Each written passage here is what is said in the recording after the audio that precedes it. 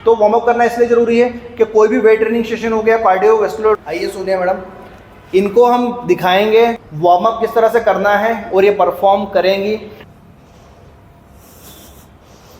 1 very good 2 what's up guys, this is me Sachin Singh Chauhan and guys हमारा आज का जो वर्कआउट होने वाला है वो बहुत ज़्यादा डिफरेंट है और उसकी बहुत ज़्यादा डिमांड है कि हमको वार्म अप किस तरह से करना चाहिए।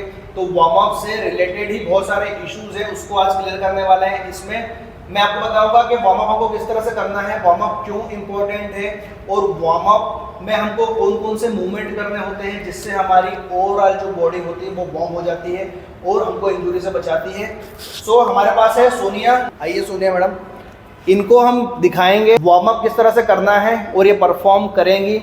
उससे पहले मैं आपको बता दूं कि वार्म अप करने के बेनिफिट्स क्या क्या होते हैं। तो जैसे ही आप जिम में एंटर करते हो, किसी भी वेट ट्रेनिंग या कार्डियो ट्रेनिंग से पहले आपको वार्म अप करने होते हैं। वार्म अप के मूवमेंट्स के बारे में भी बात करेंगे, लेकिन पहले मैं आपको बता दूं कि वार्म अप क्यों इंपॉर्टेंट होता है।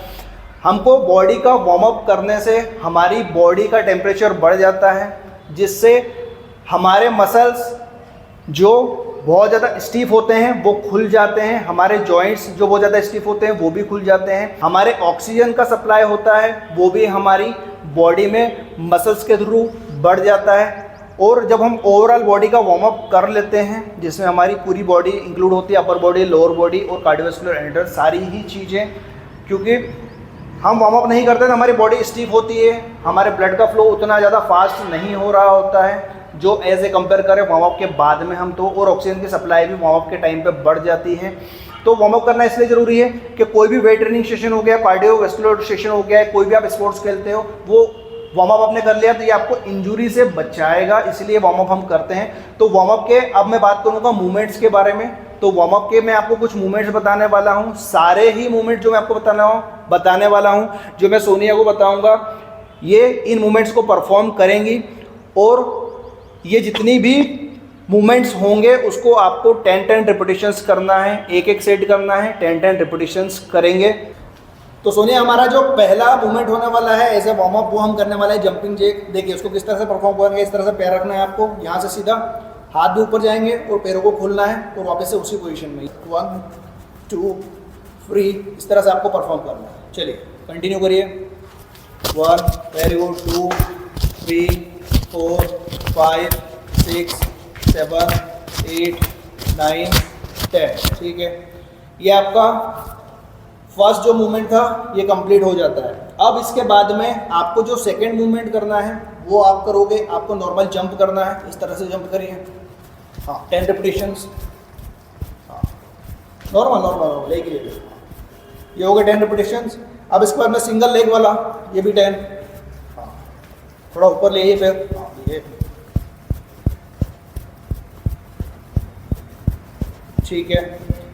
अब इसके बाद में जो हम थर्ड मूवमेंट करने वाले हैं वो आपको करना है, बॉडी को बेंड करना है और टोज क्रॉस ओवर करेंगे। पहले देख लीजिए किस तरह से करेंगे। इस तरह से आपको पैर वाइड रखना है, हाथ नीचे रखेंगे। अब टोज क्रॉस ओवर करेंगे, ऐसे क्रॉस करना है, फिर इस तरह से क्रॉस करना है, दोनों ही साइड 5-5 करना है, तो 10 रिपीटिशंस हो जाएंगे। चलिए स्टार्ट करिए, थोड़ा पास में, बस चलिए, हाँ वेरी गुड 2 3 4 5 6 7 8 9 10 करेक्ट है। अब स्टैंडिंग पोजीशन में रहना है आपको, पहले देख लीजिए मैं बता रहा हूँ, और फिर आपको टोज टच करना है। हाथों को इस तरह से ऊपर रखेंगे, टोज टच करेंगे, फिर से ऊपर, फिर टोज टच करेंगे। चलिए स्टैंडिंग एंड टो टच, हाँ चलिए डाउन 1, यहीं से जैसे हम आए थे वैसे ही हम जाएंगे। ठीक है, स्टार्ट टू एंड, हाँ डाउन नहीं, यहाँ से सीधा आपको यहाँ लेके आना है, यहाँ टच नहीं करना है, यहाँ लेके आना है और वैसे ही ऊपर सीधा, करेक्ट है। आप very good 1 2 3 4 5 6 7 8 9 10 very good. 5 movement हमारे कंप्लीट हो गए हैं। अब हम करेंगे मूवमेंट नंबर 6। मूवमेंट नंबर 6 में आपको क्या करना है, हाथों को इस तरह से ऊपर रखना है, इस तरह से आपके शोल्डर की पोजीशन में। अब बॉडी को यहाँ से क्या करेंगे, क्रॉस करेंगे इस तरह से। जब हम लेफ्ट साइड जाएंगे तो राइट वाला हिल उठेगा, और राइट साइड जाएंगे लेफ्ट वाला उठेगा, और इसको कंटिन्यू करेंगे दोनों ही साइड। आपको 5 रिपीटेशंस करने हैं। चलिए चलिए, हाँ, ये से क्रॉस करिए। चलिए, करेक्ट है। 1 2, very good, continue. 3 4 5 6 7 8 9 10, very good. तो यहाँ पे हमारा 6 नंबर वाला जो मूवमेंट था ये कंप्लीट हो जाता है। अब हम करने वाले हैं मूवमेंट नंबर 7। इसमें हम करेंगे, आपको इस तरह से आपका ये जो थंब होता है ये शोल्डर्स के ऊपर रखेंगे, शोल्डर्स को पहले क्लॉकवाइज घुमाएंगे, 10 रेपिटेशन कंप्लीट हो जाएंगे, फिर एंटी क्लॉकवाइज घुमाएंगे। चलिए स्टार्ट करिए। हाँ, पहले क्लॉकवाइज, करेक्ट है, 10 करने हैं, वेरी गुड, 10 करिए, कंटिन्यू कंटिन्यू, रोकना नहीं है बीच में। हाँ, ये एंटी क्लॉकवाइज,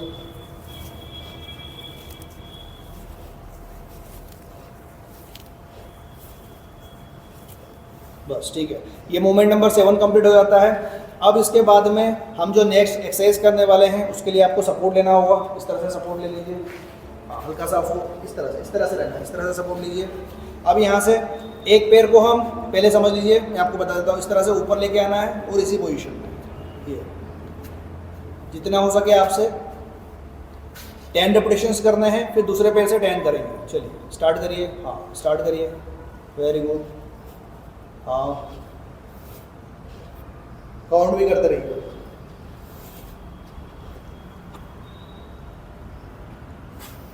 दूसरे पैर से, वेरी गुड।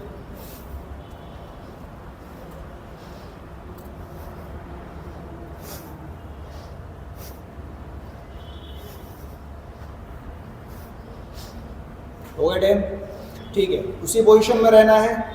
अब हम करेंगे मूवमेंट नंबर 9, उसी पोजीशन में रहना है। अभी हमने फ्रंट साइड पे हमारे पैरों को ऊपर उठाया था, अब हम साइडवेज उठाएंगे इस तरह से और वापस उसी पोजीशन में। चलिए, वेरी गुड, 2 3, कंटिन्यू करिए।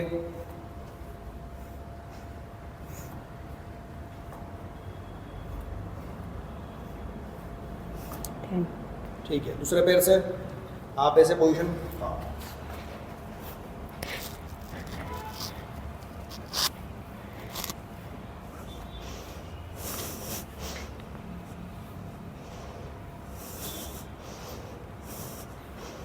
Very good. तो यहाँ पर हमारे मूवमेंट नंबर 11 कंप्लीट हो जाता है। अब इसके बाद में आपको इस तरह से रिस्ट रोटेशन करना है, क्लॉकवाइज फिर एंटी क्लॉकवाइज। ये मूवमेंट नंबर 12 है। चलिए,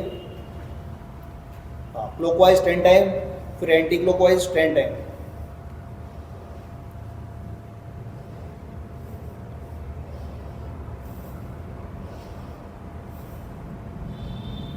इसके बाद में अब हमको हमारा जो एंकल होता है वहाँ पे हमको इसको अप डाउन वर्ड पोजीशन में, उसके बाद में 10 टाइम हो जाएगा। फिर क्लॉकवाइज रोटेशन करेंगे एंकल का 10 टाइम्स, एंटी क्लॉकवाइज करेंगे 10 टाइम्स।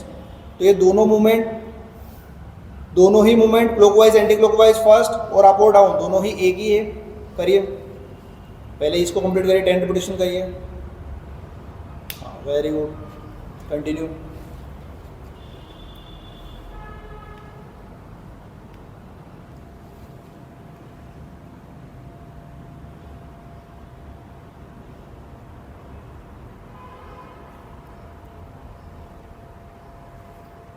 दूसरे पैर से,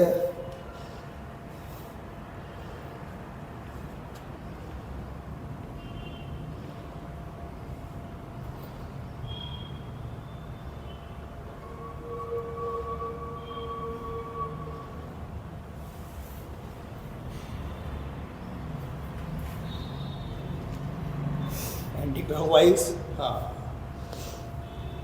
सपोर्ट लेके कर लो। ठीक है, तो मूवमेंट नंबर 14 कंप्लीट हो जाता है। अब इसके बाद में हम जो करेंगे 15 नंबर का मूवमेंट वो होने वाला है, हिप का रोटेशन करना है क्लॉकवाइज एंटी क्लॉकवाइज दोनों ही साइड से इस तरह से। पहले हम क्लॉकवाइज करेंगे, फिर एंटी क्लॉकवाइज, ये वाला 10 times clockwise, 10 times anti clockwise. हाँ ठीक है, बॉडी स्ट्रेट। हाँ चलिए, हाँ वेरी गुड, ठीक है कंटिन्यू। देखो जब ये करेंगे हिप हल्का सा पीछे आएगा, फिर आगे लेके आना है, हाँ पीछे थोड़ा सा आगे झुकेंगे, ये है कंटिन्यू। हाँ 10 टाइम्स करो, 10 टाइम्स, फिर एंटी क्लॉकवाइज।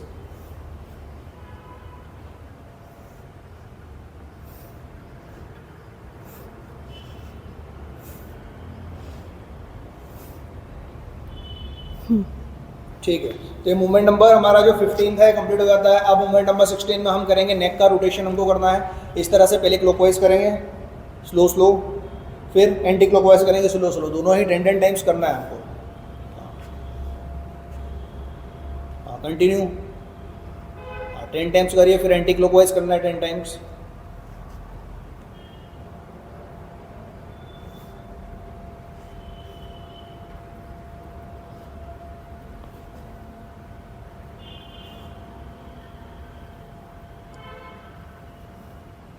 ठीक है, तो यहाँ पर जो भी हमारा वर्कआउट होता है उसको स्टार्ट करने से पहले जो हम वार्म अप करते हैं ये हमने पूरा ही कंप्लीट किया है। इसमें आपकी ओवरऑल बॉडी का जो वार्म अप था पूरा ही कंप्लीट हो जाता है। ये थी सोनिया जिन्होंने काफ़ी अच्छा परफॉर्म किया है as a warm up. 16 movement हमने किए हैं। और एक और चीज़ मैं आपको बताना चाहूँगा कि अगर आप सोच रहे हो कि केवल बिगिनर्स लोग या इंटरमीडिएट लेवल के लोग ही वार्म अप करते हैं, तो ऐसा नहीं है। जो एडवांस लेवल के एथलीट्स हैं वो भी वार्म अप करते हैं और उनका वार्म अप इससे भी कहीं ज़्यादा होता है, इंटेंसिव होता है। तो आपको कम से कम जब भी आप जिम ज्वाइन करते हो या वर्कआउट करने के लिए जिम में जाते हो, तो आपको वेट ट्रेनिंग करने से पहले या कोई भी स्पोर्ट्स खेलने से पहले या कार्डियो ट्रेनिंग करने से पहले कम से कम 10 से 15 मिनट का आपको वार्म अप कर लेना चाहिए, जिससे आपकी बॉडी अच्छे से वार्म हो जाए और आप उसके बाद में जो भी मूवमेंट करने वाले होते हो उसके लिए अच्छे से रेडी हो जाए, जिससे आपको इंजर होने के चांसेस ना के बराबर हो जाएंगे। और जब आप परफॉर्म कर लेंगे, कुछ दिन तक आप कंटिन्यू करते हो, तो आप देखोगे कि आपका जो इम्प्रूवमेंट है वो आपके वेट ट्रेनिंग में भी काफ़ी ज़्यादा आपको दिखाई देगा। यहाँ पे वार्म अप की तो सारी चीज़ें हो गई है। अब मैं आपको कुछ चीज़ें बता देता हूँ जो कि हमको वेट ट्रेनिंग सेशन से पहले काफ़ी ज़्यादा हेल्प करेगी। पहले तो आपको इस तरह से पूरा वार्म अप कर लेना है। फिर उसके बाद में अगर आप लेग्स की ट्रेनिंग कर रहे हो, मैं लेग से स्टार्ट करता हूँ, तो कुछ मूवमेंट्स है जो आपको करने चाहिए, जो मैं आपको करके बता देता हूँ। डायनामिक स्ट्रेचिंग बोलेंगे हम उसको। मैं आपको कुछ एग्जांपल से बताता हूँ सारे बॉडी पार्ट्स के, जो आपको, जैसे आप सपोज लेग का वर्कआउट कर रहे हो, तो लेग वर्कआउट से पहले वार्म अप के बाद में आपको कुछ कर लेना है स्ट्रेचेस। जैसे मैं दिखा देता हूँ, आप साइड में हो जाइए। आपको आपके क्वाड्रिसेप्स मसल्स को इस तरह से कुछ देर होल्ड कर लेना है, दोनों ही साइड, जो आपकी वेट ट्रेनिंग को काफ़ी ज़्यादा बेनिफिशियल बना देगा। उसके बाद में इस तरह से आपको किसी भी सहारे से खड़े होकर आपके ग्लूट्स को स्ट्रेच कर लेना है, दोनों ही साइड। फिर उसके बाद में आप आपके काफ मसल को थोड़ी देर होल्ड कर रख सकते हो इस तरह से। उसके बाद में नी को स्ट्रेट करके हल्का सा नीचे होल्ड कर सकते हो, जिससे आपका हैमस्ट्रिंग मसल पूरा स्ट्रेच हो जाएगा। तो आपको ये सारी डायनामिक स्ट्रेचिंग करने के बाद में कुछ आपको रिपीटेशन से स्क्वाट्स के भी लगा लेना है इस तरह से, जिससे कि आपके लेग्स होते हैं वो अच्छी तरह से और ज़्यादा वार्म हो सके। उसके बाद में आप लंजेस वाली पोजीशन में आके कुछ देर इस पोजीशन में अपने आप को होल्ड कर सकते हो, फिर कुछ देर इस तरह से आप होल्ड कर सकते हो, जिससे आपके लेग्स पूरी तरह से रेडी हो जाएंगे किसी भी बहुत अच्छी ट्रेनिंग के लिए या वेट ट्रेनिंग के लिए। तो ये तो बात हो गई हमारे लेग्स की। अब इसके बाद में बात करते हैं कि अगर हम चेस्ट मसल को ट्रेन कर रहे हैं, तो चेस्ट मसल के लिए हम वार्म अप करने के बाद में कौन सी डायनामिक स्ट्रेचिंग करें जो बेनिफिशियल होगी, तो उसके बारे में भी बता देता हूँ। तो चेस्ट के लिए हमको क्या करना है, इस तरह से किसी भी बीम को या कोई भी मशीन होगी उसको इस तरह से होल्ड कर लेना है और इस तरह से हमारे चेस्ट मसल को हल्का सा स्ट्रेच कर लेना है। दोनों ही साइड हम स्ट्रेच करेंगे इस तरह से। तो ये आपके चेस्ट मसल्स के लिए कुछ डायनामिक स्ट्रेचिंग है जो आपको आपके वर्कआउट से पहले, आपके चेस्ट मसल के वर्कआउट से पहले आपको करने चाहिए। ये आपके चेस्ट के लिए हो गया। अब शोल्डर्स के लिए अगर हम बात करेंगे तो वही आपको पोस्टीरियर डेल्ट को थोड़ी देर होल्ड करना है इस तरह से। फिर आप किसी भी कॉलम के सहारे इस तरह से हाथों को ऊपर करके आप थोड़ी देर के लिए स्ट्रेच करेंगे। आप किसी भी जगह पर बैठकर इस तरह से पर्टिकुलर दोनों ही साइड आपके शोल्डर मसल्स को स्ट्रेच कर सकते हो, जिससे आपके इसके बाद में आप जब शोल्डर का वर्कआउट करोगे तो उसमें आपको काफ़ी ज़्यादा हेल्प मिलेगी और आपका शोल्डर का वर्कआउट भी बहुत ज़्यादा काफ़ी हद तक अच्छा हो जाएगा। इसके बाद हम बात करते हैं बैक की। तो बैक मसल्स के लिए भी कुछ स्ट्रेच है। इस तरह से आपको आपके बैक मसल को स्ट्रेच कर लेना है कुछ देर के लिए।